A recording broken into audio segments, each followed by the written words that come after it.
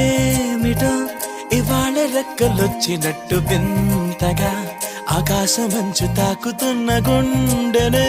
కొరుక్కు తిన్న కళ్ళు చూసినంతనే మనస్సు నవ్వే మొదటిసారి ఏం మార్పిది ఎడారి ఎండమావి ఉప్పెనై ఉంచెనే కలే కాదుగా నీ వల్లనే భరించలేని తీపి బాధలే